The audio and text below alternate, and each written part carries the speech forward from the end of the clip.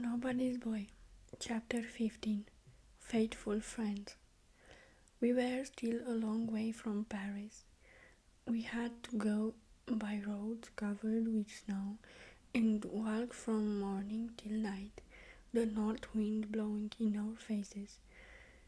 How sad and weary were those long tramps. Vitalis walked ahead, I at his heels, and Capi behind me.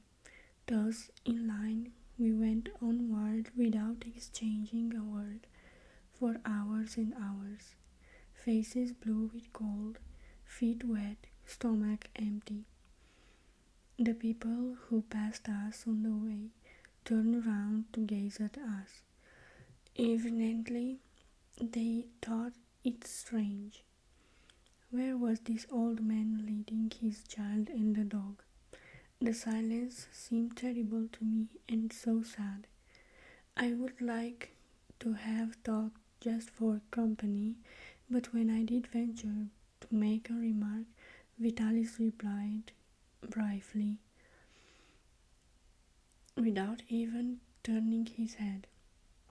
Fortunately, Capi was more sociable, and as I trudged along, I often felt his warm tongue on my hand.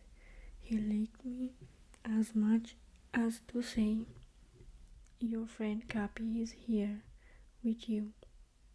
Then I struck him gently without stopping. We understood each other. We loved each other.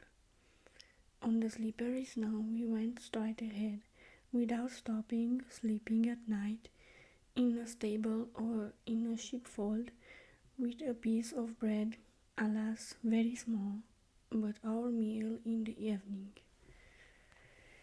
This was our dinner and supper in one. We did not tell the shepherds that we were dying of hunger, but Vitalis, with his usual cleverness, would say insinuatingly that the little chap was very fond of sheep milk because when he was a baby he used to drink it. This story did not always take effect, but it was a good night for me when it did.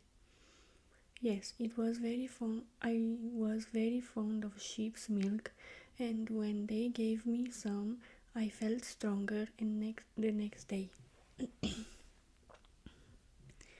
It seems strange to me that as we neared Paris, the country changed it to be beautiful. The snow was not white and dazzling now. I had heard what a beautiful place Paris was, and I expected something extraordinary. I did not know exactly what. I should not have been surprised to see trees of gold, streets of marble, places everywhere. What were we poor things going to do when we reached Paris? I wanted to question Vitalis, but I did not dare. He seemed so gloomy. When we were in sight of the roofs and the church towers of the capital, he slackened his step to walk beside me. "Rémi," he said suddenly, "we are going to part when we get to Paris." I looked at him. He looked at me. The sudden pallor of my face and the trembling of my lips told him what effect these words had on me. For a moment I could not speak. "Going to part," I murmured at last. "Poor little chap. Yes, we must part." The tone in which he said this brought the tears in my eyes. It was so long since I had heard a kind word. "Oh, you are so good," I cried. "It is you who are good. You brave little heart."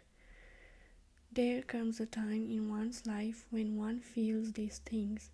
When all goes well, one goes along through life without thinking much who is with one. But when things go wrong, when one is on the wrong track, and above all, when he is old, one wants to lean on somebody. You may be surprised that I have wanted to lean on you, and yet it is so, but only to see that your eyes are moist as you listen to me comforts me, little Rémi. I am very unhappy. I did not know what to say. I just stroked his hand. And the misfortune is that we have to part just at the time when we are getting near to each other. But you are not going to leave me alone in Paris? I asked timidly. No, certainly not. What will you do in the big city, all by yourself, poor little child? I have no right to leave you, remember that. The day when I would not let that good lady take you and bring you up as her son, that day I bound myself to do the best I could do for you. I can do nothing at this moment, and that is why I think it is best to part. It is only for a time. We can do better if we separate during the last months of the bad season. What can we do in Paris with all gone but Capi? Hearing his name mentioned, dear Capi came beside us. He put his paw to his ear in military salute, then placed it on his heart as though to tell us that we could count on his devotion. My master stopped to pass his hand affectionately over the dog's head. Yes, Capi, you are good, faithful friend, but alas, without the others we can't do much now. But my heart, if I had 2 children like you, it would be better. But an old man with just one little boy is bad business.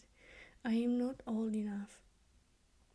Now, if I were only blind or broken down, I am not in a pitiful state enough for people to stop and notice us.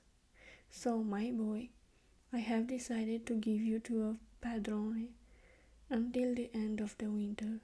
He will take you with other children that he has, and you will play with your harp. And you? I asked. I am known in Paris. I have stayed there several times. I will give violin lessons to the Italian children who play on the street. I have only to say that I will give lessons to find all the pupils I want.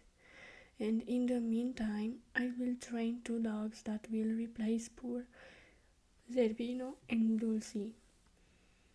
Then in the spring we will be together again, my little Rémi. We are only passing through a bad time now. Later I will take you through Germany and England. Then you will grow big and your mind will develop.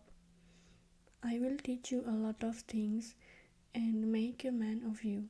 I promised this to Mrs. Milligan. I will keep my promise. That is the reason why I have already commenced to teach you English. You can speak French and Italian. That is something for a child of your age. Perhaps it was all for the best, as my master said, but I could only think of 2 things.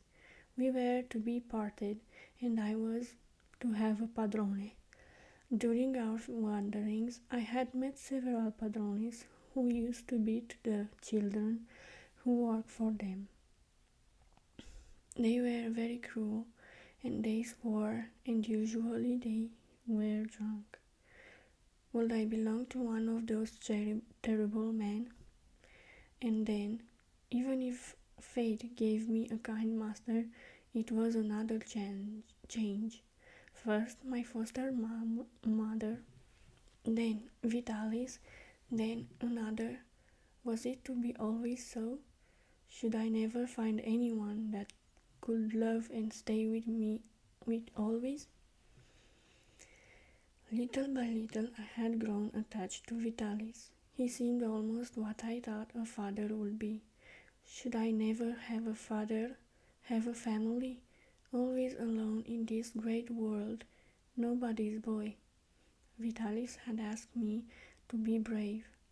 I did not wish to add to his sorrows, but it was hard, so hard to leave him.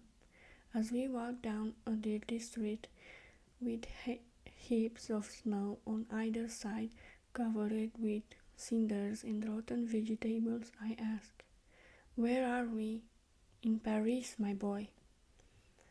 Where, where were my marble houses, and the trees of gold, and the finely dressed people? Was this Paris? Was I to spend the winter in a place like this, parted from Vitalis and Capi?